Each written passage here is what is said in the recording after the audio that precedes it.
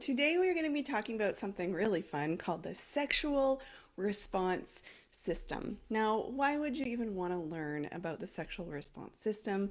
That's an excellent question. And there's a reason why I don't use big words and fancy theoretical stuff in my videos is because I like to keep it practical and easy to understand. But this is something that you might want to know about yourself, so I'm going to share it. Well, before I do, my name is Janna Denton-Howes. I am a sex coach for women married to men.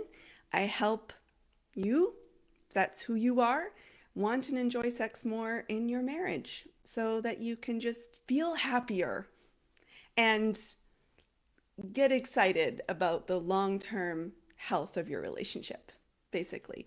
It's what I did for my own marriage, which I am eternally grateful for, and now I help hundreds and hundreds and hundreds of other women do the same. Okay, so I first learned about the sexual response system from Emily Nagoski in her book. I'll show it to you. Come As You Are. Excellent book. Probably one of the only books that I recommend again and again and again when it comes to understanding how your body works. And that's really important because we need to know that we are normal. We are normal and that there is nothing wrong with us. The worst thing is to feel like you have absolutely no control of how your body functions. And I think when it comes to sex drive, libido, desire, whatever you want to call it, that's how we can feel sometimes. It's completely out of control. So sometimes you might feel like, yeah, you're interested in sex and then it's just gone. It might be within a day, it might be within a year, it might be within the sexual experience. You might be really enjoying yourself and then suddenly it's like closed up shop. Nothing is happening. What's going on? Well, the sexual response system is what's going on. So basically, it's like a dual control model. You have your sexual excitation system, excited, and you have your sexual inhibition system. Ugh. Emily Nagoski uses the terms accelerator, like if you're in a car and you hit on the gas, you accelerate, you're moving forward, you're interested, it feels great. And then the brakes, like something's happened, the kids knock on the door, you smell something funky, you have a little stress feeling in you remember you got a budget or got to get your taxes done or your in-laws are coming and the house is dirty, right? Accelerator and brakes. So within this dual control model of sexuality or sexual response system of the accelerator and the brakes, or the sexual excitation system and the sexual inhibition system, are different levels of sensitivity. So take me, for example. I would be somebody that would be coined having a low sex drive, low libido. That's how I would be labeled in the outside world, and it's how I labeled myself for a long time, and it's how I see women who are like me being labeled, which I hope you've caught on by now, as I think is a load of garbage, because I don't think anyone's low in anything. I think I'm functioning perfectly fine. Thank you very much. But what's happening is that I have a very sensitive break. So when things happen, my body is quick to be like, shut it down. We're not in pleasure mode. We're in protection mode. This is not a safe environment. How can I do, I'm going to use my resources not to get aroused or get horny or to have sexual pleasure. I'm going to use my resources to keep everything okay. And I don't have a very sensitive accelerator or that excitation system. So I don't get turned on easily, if you want to use all of that. Like, I just want to eye roll at these terms, but I'm just using the ones that are common. And so things don't turn me on very easily. Now, I think understanding the sexual response system is important to help you feel normal, to help you kind of gain a little clarity or control over how your body functions.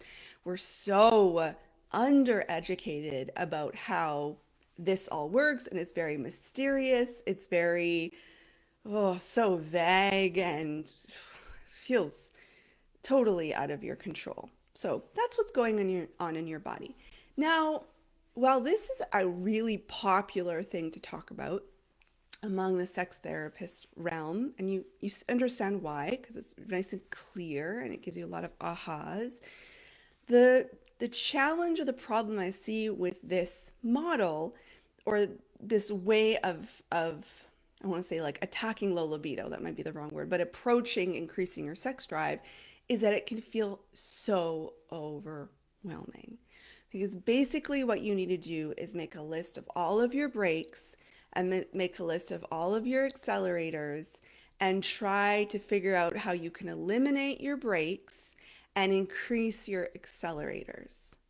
Now, I don't know about you, but when I did this exercise, before I developed the Wanting It More framework and before I sorted everything out for me and taught hundreds of women how to do it too, I did this exercise. Actually, in this exact book, I have it written down for history in pencil, and I went ahead and did it.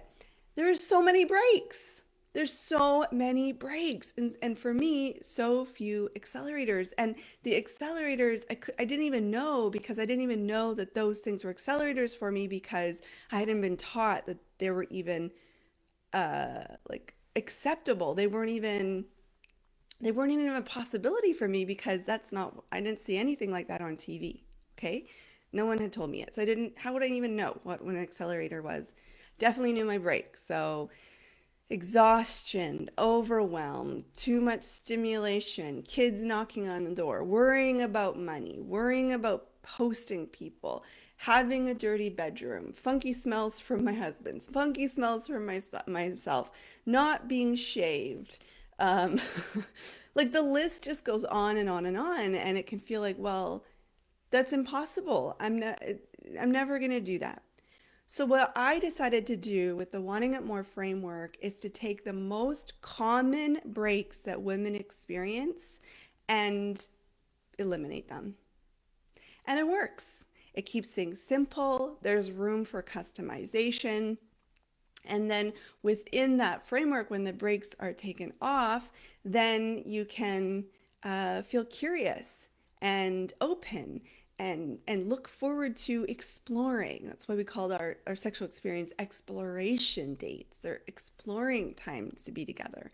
So in that context, you can learn new accelerators that wouldn't have normally been even, given to you, right? You don't even know. Like for me, an accelerator is smelling my husband's armpit. I would have never known that.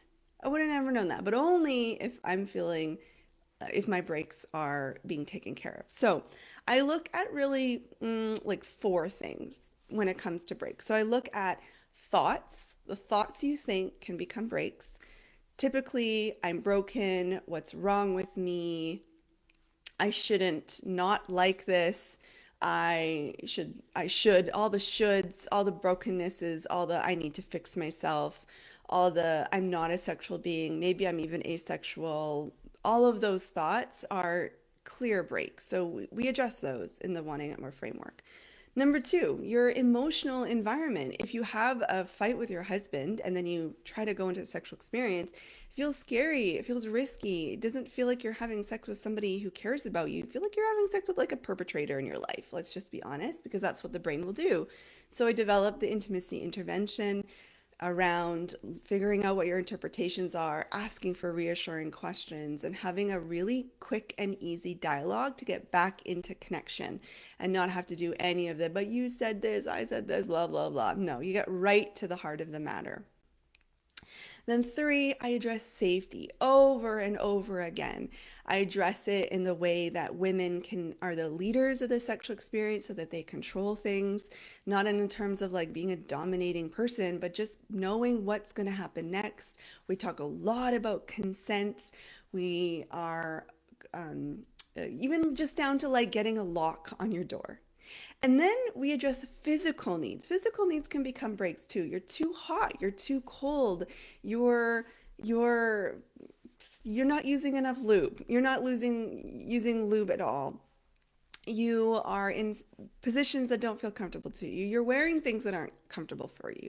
So those four things are really, I kind of do it in a very structured way. So I hope that this has been really helpful for you to know that if you are feeling aroused and then it goes away and then it comes back and you don't know what's going on, help you get a little bit more clarity that you are normal, that what's happening is you just are a human being with a sexual response system, that you have accelerators and brakes, and you might have really sensitive brakes and not so sensitive accelerators like I do and like the women I serve. So maybe you can dig a little deeper and do that investigation around your brakes and your accelerators. Maybe you can just take what I've shared today around safety and emotional and environment and the thoughts you're thinking and your physical needs, and just do a little bit of tweaks there. I will see you in the next video, and let me know how these videos are for you. Are they helping you? I love receiving emails, Janna@jannadentonhouse.com, or just comment below wherever you're watching this. I love to communicate with my community and support you in the best way that I can. I'll talk to you later.